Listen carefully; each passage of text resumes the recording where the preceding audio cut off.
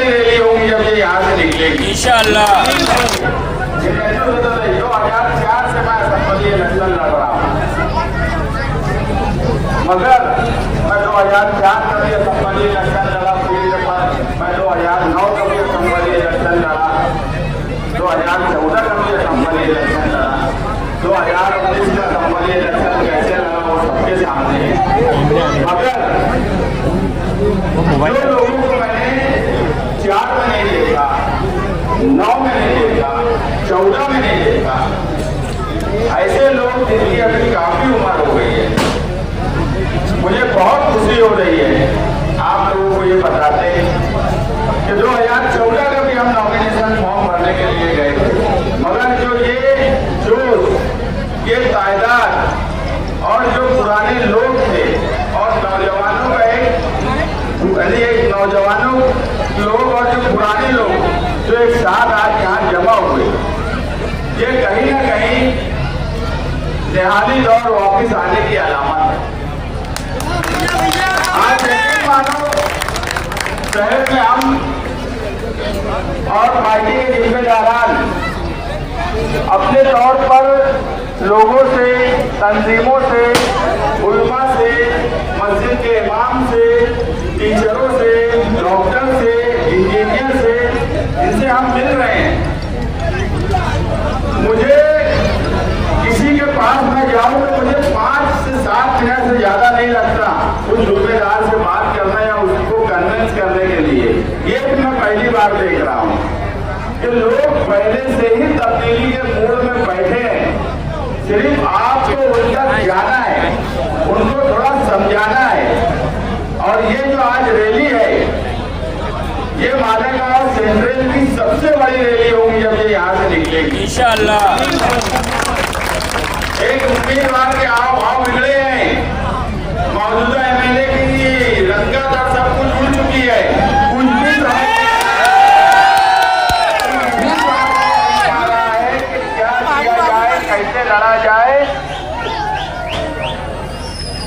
Nomination भरने से 2 दिन पहले कांग्रेस पार्टी मुंबई के दादर में तिलक भवन में बैठे हुए थे 3 घंटे तक और वहां बोल रहे थे कि समाजवादी को टिकट नहीं देंगे तो कांग्रेस से लड़ लूंगा। इतने खराब हालात इस शहर में क्यों उनके हुए, ये उनको सोचना चाहिए। उनके साथ जो चंद लोग बचे हैं, एक बड़ी तादाद उनके पास से हट चुकी है। लोग अब वो जादू बिल्कुल खत्म हो चुका उनका। मैं आपको यकीन दिलाता हूं कि ये हालत उनकी क्यों हुई, इसके जिम्मेदार वो खुद हैं। सियासी तौर पर बिल्कुल नाकाम हो गए। मैं तो उस वक्त हैरान था जब ये नॉमिनेशन फॉर्म भरने के लिए जा रहे थे। ऐसा लग रहा था कि दादा मुझे और ये साथ में इनके बहुत करीब के आदमी को दादा मुझे के पास भेजिए। दादा मुझे की तारीफ जलसों में कर रहे हैं। हम इलेक्शन सिर्फ मालेगांव सेंट्रल में नहीं लड़ रहे हैं, मालेगांव सेंट्रल की बर्बादी के जिम्मेदार सिर्फ ये 2 लोग नहीं है, आसिफ शेख और मुफ्ती इस्माइल। मालेगांव सेंट्रल की बर्बादी के जिम्मेदार 3 लोग हैं और सबसे बड़ा हाथ उसमें आज के मंत्री दादा मुझे का है। इलेक्शन आप लोगों को मालेगांव आउटर में भी लड़ना है, मंत्री को घर भेजना है, मंत्री के मुर्गे को भी घर भेजना है। तुम्हारा जो भी ताल्लुक आउटर में है, तुम्हारे जो भी लोग आउटर में हैं, उनसे जाकर मिलिए, बोलिए कि इस शहर की बर्बादी के जिम्मेदार 2 लोग हैं। और मैं आपको यकीन दिलाता हूँ इस मर्तबा मालेगांव सेंट्रल और मालेगांव आउटर की तब्दीली की लहर है। 20 नवंबर को एक इंकलाबी तब्दीली होगी वोट की शक्ल में और 23 नवंबर को इस शहर को एक नया नुमाइंदा मिलेगा। मैं जो भी मेरी माएँ बहनें मेरी आवाज सुन रही हैं, जो यहाँ मौजूद है, यहाँ ख्वातीन को लाने का जो मकसद ये था कि एक खातून असेंबली का नॉमिनेशन फॉर्म भरने जा रही है तो उसके साथ कदम से कदम औरतें भी मिलाएं, इसलिए हम